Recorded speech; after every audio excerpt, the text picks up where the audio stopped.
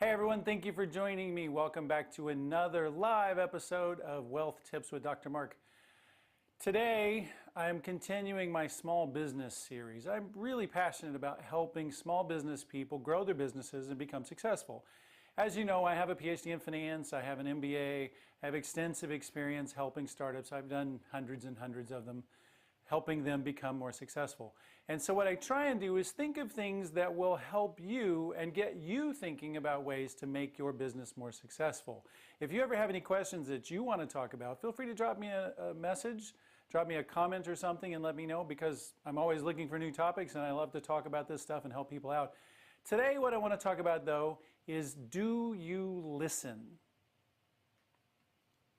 So with the do you listen, what I mean and what I want you to think about is there are lots and lots and lots of people that you could be potentially listening to. You could be listening to the markets and the directions and things like that, the trends, what's the hot and up and coming stuff, what's not. You could be listening to your customers. Good suggestion. You could be listening to your employees. Heck, you could even be talking and listening to your spouse. Oh, who am I kidding? Nobody listens to their spouse, right? What I want you to do, though, is in thinking about the listening thing, I want you to go back to 1994. And if you weren't around then just sit down for a little story, because I have something that's happened over and over and over again, and this is a lesson for you and your business. So it's 1994. We have a company called Fast Office. Maybe you've heard of this before. It's a fairly well-known story. So this company is led by an engineer, and he's got a great idea for a new product, and so he does what a lot of the startups do. He goes out and raises money so that he can produce the product, and he went out and he raised $3 million. And so then they started working on the product, and he needed more money, so he went out and raised another $5 million. So he raised $8 million on an idea.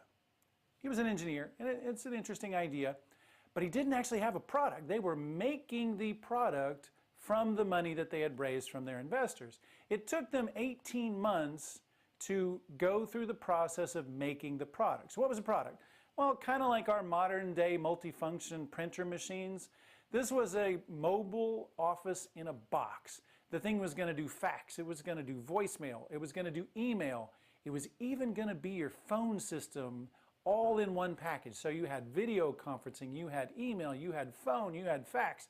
And if you think about it, for 1994, if you could just plop one of those things on your desk, that'd be pretty cool. So this is for who knows who might want to use this, but kind of a clever idea, right?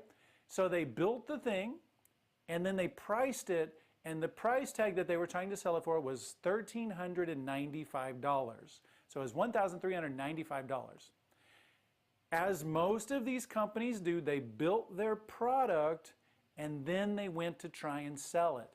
Now, guess what happened when they went in 1994, keep in mind, and tried to sell their little mobile office in a box to home businesses for $1,395 a pop?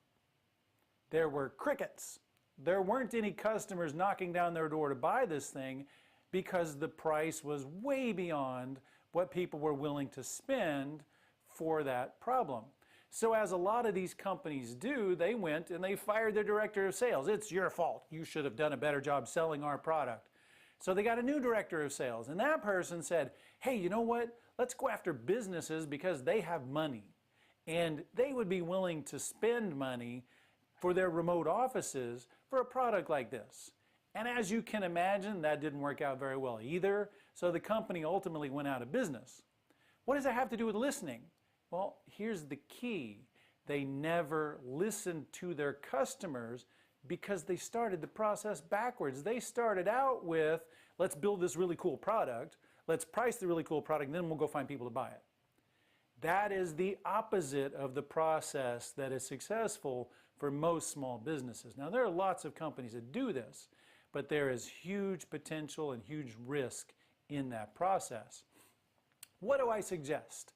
I suggest that you find out by listening to your customer, what is it that they want solved? What problem do they have that they want solved? That's the most critical piece of information that you can get from your customers. Next, does your product that you're offering solve that problem that they want solved? Because here's a little tip for you. If you solve somebody's problem, they will pay you for it. There are lots of reasons that people will pay you, but a surefire way is if you solve a problem that they have. So first, what problem are they having? Second, does your product solve that problem?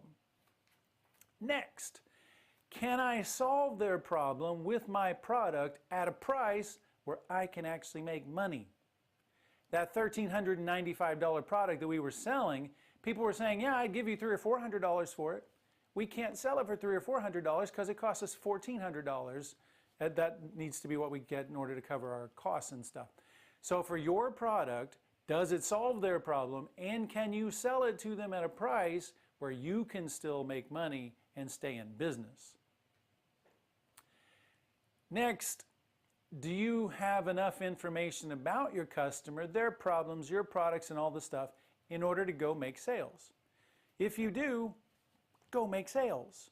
You have a surefire way to do this now. Keep in mind that this is an ongoing process. You're going to be doing this all the time. You should be figuring out what they need. Does your product solve it? Can I sell it to them at a price where I make money? And then do this over and over again. That's actually the recipe for a really successful business right there. What do I suggest that you do? Get out from behind your desk. Go out into the field where your customers are and talk to them.